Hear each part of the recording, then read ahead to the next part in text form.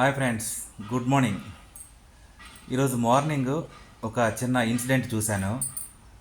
ఏంటి ఇన్సిడెంటు అంటే, నేను మా ఇంట్లో బాల్కనీలో కూర్చొని ఏదో ఆలోచిస్తూ ఉన్నాను.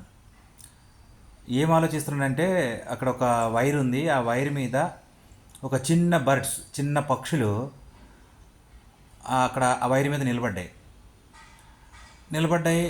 ఒక పక్షి ఎక్కడికి వెళ్తే రెండో పక్షి కూడా అక్కడికే వెళ్తుంది. అంటే దాన్ని నేను అబ్జర్వ్ చేస్తూ ఉన్నాను. అవి ఎక్కడికి వెళ్తే అక్కడికే వెళ్తున్నాయి. ఒక మగపక్షి ఆడపక్షి అనుకుంటా, నాకు తెలియదు, మళ్ళీ కామెంట్ చేయకండి. కానీ ఆ రెండు పక్షులు మాత్రం, ఒక పక్షి ఎక్కడికి వెళ్తే ఇంకో పక్షి కూడా అక్కడికే వెళ్తుంది. అంటే నేను చాలా రోజులుగా అబ్జర్వ్ చేస్తూ ఉన్నా. నాకు ఒక విషయం అర్థమైంది. ఏంటి అర్థమైంది అంటే, సడన్గా మా మిస్సెస్ ఎంటర్ అయ్యి, నువ్వేం అబ్జర్వ్ చేస్తున్నావు నాకు తెలుసు, ఆ పక్షులు ఎటు వెళ్తే అటే చూస్తున్నావు కదా నువ్వు అనింది. అవును చెప్పా.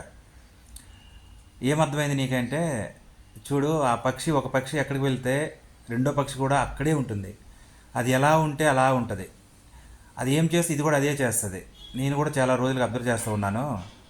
కానీ పక్షుల్లో, జంతువుల్లో అనేక రకాలైనటువంటి ప్రేమలు సంపూర్ణంగా ఉన్నాయి. మనుషుల మధ్య ఎందుకు లేవు అని నాకు క్వశ్చన్ చేసింది. క్వశ్చన్ చేస్తే నేను అప్పుడు ఏం చెప్పాలి? ఏమి చెప్పలేకపోయాను. ఎందుకు, ఇప్పుడు నా పక్కన నువ్వు ఉన్నావు, నీ పక్కన నేను ఉన్నాను కదా, ఇంకా ప్రేమలు లేవని ఎందుకు అంటావంటే, లేదు అట్లా కాదు.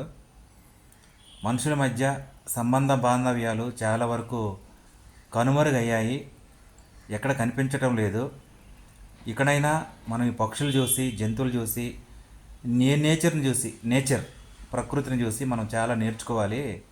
అట్లా ఉంటేనే జీవితాలు బాగుంటాయి.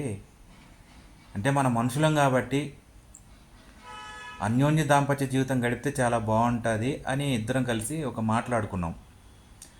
ఇది కరెక్టా కాదా, ఏంటి విషయాలు అనేది మీరు కామెంట్ చేయండి. Thank you.